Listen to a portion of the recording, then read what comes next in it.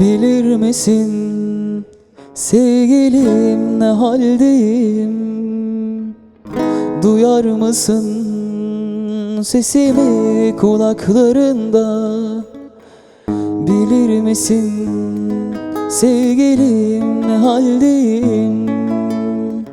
Duyar mısın sesimi kulaklarında? Ah be bilsen sevgilim, ben sana hasretim. Hayatımda kimse yok, gel desem gelir misin?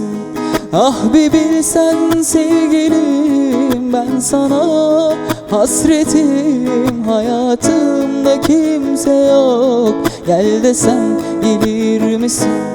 Kıyamet kopacak, neredesin?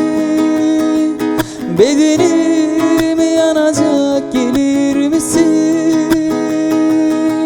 Yüreğim kavruldu, küllerim savruldu. Bir rüzgar gibi geçti acımadan.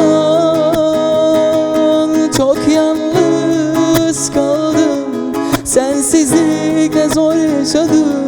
Suçum neydi Allah'ım, niye onu benden aldın?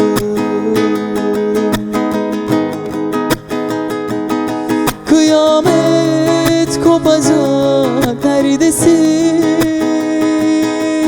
Bedenim yanacak, gelir misin? Yüreğim kavruldu, küllerim savruldu. Bir rüzgar gibi geçti acımadan.